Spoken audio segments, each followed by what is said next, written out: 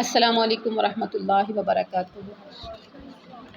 نحمدہ ونصلی علی رسولہ الکریم، اما بعد فاعوذ باللہ من الشیطان الرجیم، بسم اللہ الرحمن الرحیم۔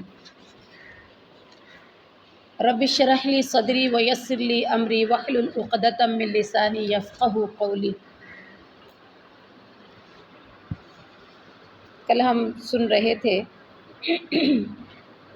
اللہ تعالیٰ نے اپنے پاک پیغمبر کو جگمگاتا فانوس بنا کر، یعنی چاند سے بڑھ کر حسین بنا کر بھیجا، جن کے بارے میں ہم نے مختلف صحابہ کرام اور صحابیات سے سنا کہ آپ صلی اللہ علیہ وسلم جیسا حسین کوئی بھی نہیں تھا۔ کسی نے 14ویں کی رات کے چاند سے تشبیہ دی تو کسی نے کہا کہ ایسا کسی نے آج تک کسی ماں نے جنا ہی نہیں۔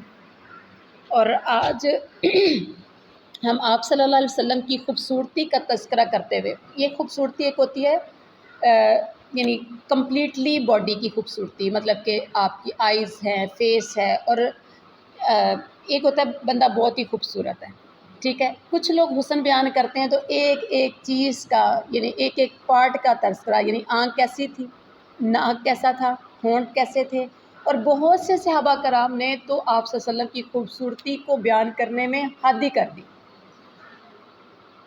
ٹھیک ہے۔ اس میں آج جس کا ہم تذکرہ کریں گے وہ ہوں گے آپ صلی اللہ علیہ وسلم کے بال مبارک۔ بالوں میں بھی بہت خوبصورتی ہوتی ہے، اور کبھی ایسا ہوتا ہے لوگ خوبصورت نہیں ہوتے، ان کے بال بڑے خوبصورت ہوتے ہیں، اور وہی یعنی ہم ان بالوں کے ہی بہت زیادہ ہم بالوں پہ فدا ہو جاتے ہیں، ایسا ہوتا ہے نا۔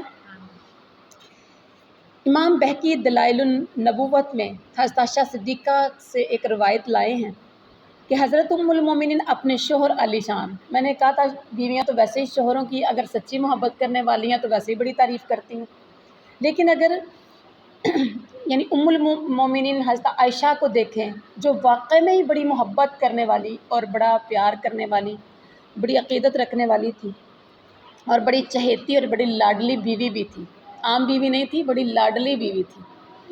حضرت ام المومن عائشہ اپنے شوہر علی شان محمد خیر الانام کے بالوں کا تذکرہ کرتے ہوئے بڑے حسین پیرائے میں بتاتی ہیں کہ رسول اللہ صلی اللہ علیہ وسلم کے بال مبارک خوبصورت تھے اور معمولی سے خمدار تھے، معمولی سے خمدار تھے، نہ بالکل سیدھے اور نہ ہی گنگریالے تھے، بالکل سٹریٹ بھی نہیں تھے اور کربی بھی نہیں تھے، جیسے کرلی ہوتے ہیں نا بال۔ جب آپ بالوں میں کنگھی فرماتے تو ہلکی ہلکی ایسی لہریں بن جاتی جیسا کہ ہوا چلنے پر ریت کے ٹیلوں پر لہریں بن جاتی ہیں، سبحان اللہ۔ یا یوں کہہ لیں پانی کے تالاب میں ہوا کے چلنے سے لہریں بن جاتی، کبھی دیکھی آپ نے؟ جب بعض اوقات آپ کنگھی نہ کرتے تو بال مبارک انگوٹھی کی طرح حلقوں کی شکل اختیار کر لیتے، یعنی کرلی بن جاتے، گنگریالے ہلکے سے۔ شروع میں حضور کی عادت مبارکہ یہ تھی کہ کنگھی کرتے تو بالوں کو پیشانی پر چھوڑ دیتے، بالوں کو پیشانی پر چھوڑ دیتے۔ کبھی دیکھا ہوگا ایسے بھی لوگ ہوتے ہیں جن کے بال پیشانی تک ہوتے ہیں اور وہ بھی بڑے خوبصورت لگ رہے ہوتے ہیں۔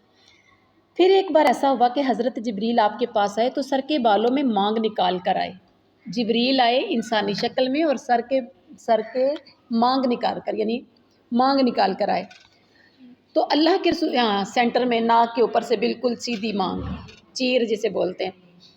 اللہ کے رسول صلی اللہ علیہ وسلم بھی، یہ صحیح آپ نے اپنی زبان میں بتلا دیا، اللہ کے رسول صلی اللہ علیہ وسلم بھی حضرت جبریل کی طرح مانگ نکالنے لگے۔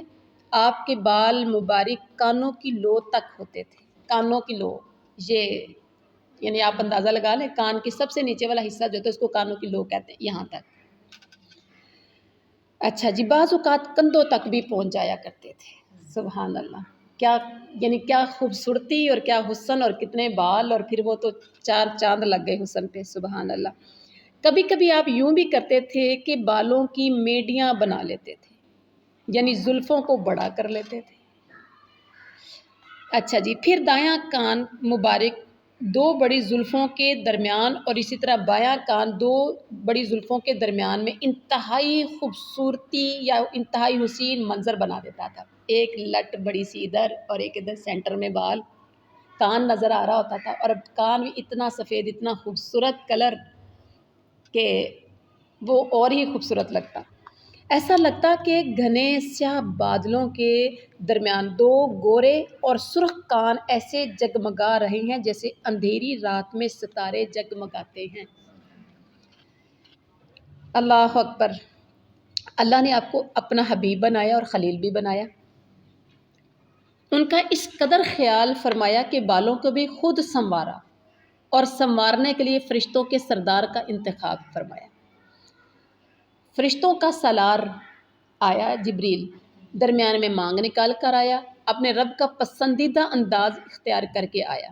میرے پاک پیغمبر صلی اللہ علیہ وسلم نے دیکھا تو اپنے دل میں مولا کی چاہتوں کا پیار دیکھا کہ اللہ مجھے بھی ایسا بنانا چاہتا ہے، اور پھر کنگھی کو ہاتھ میں لیا اور زلفوں کو اسی طرح سنوارا جس طرح اللہ نے چاہا تھا. صدقے جائیں، قربان جائیں اپنے اللہ کی محبتوں پر جو موسلا دھار بارش بن کر بار بار برستی دکھائی دیتی ہے. اور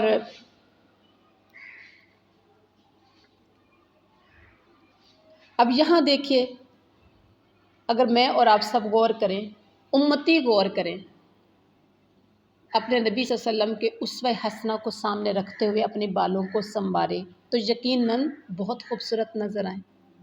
ایسا ہی ہے نا، لقد کان لکم فی رسول اللہ اسوۃ حسنہ حسنۃ لمن کان یرجو اللہ والیوم الآخر وذکر اللہ کثیرا. سورۃ احزاب میں آتا ہے کہ تم سب کے لیے اللہ کے رسول کی زندگی کو حسین ترین اللہ نے نمونہ بنا دیا ہے،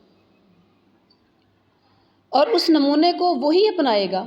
اب بات ذہن میں رکھیے، اس نمونے کو وہی اپنائے گا جو اللہ کی رحمت و بخشش کی امید رکھتا ہے، قیامت کے دن ملاقات کا یقین رکھتا ہے، اور اللہ کو کثرت کے ساتھ یاد رکھتا ہے.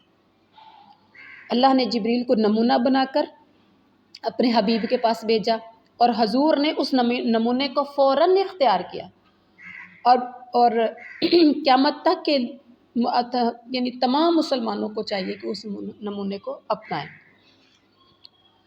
اور جو آپ صلی اللہ علیہ وسلم کا کلمہ پڑھنے والے ہیں ان کے لیے ضروری ہے کہ وہ آپ صلی اللہ علیہ وسلم کے نمونے کو سامنے رکھتے ہوئے اپنے بالوں کا سٹائل، اپنے رہنے سہنے کا سٹائل پاک پیغمبر جیسا رکھیں. سبحان ربک رب العزت عما یصفون وسلام علی المرسلین والحمد للہ رب العالمین.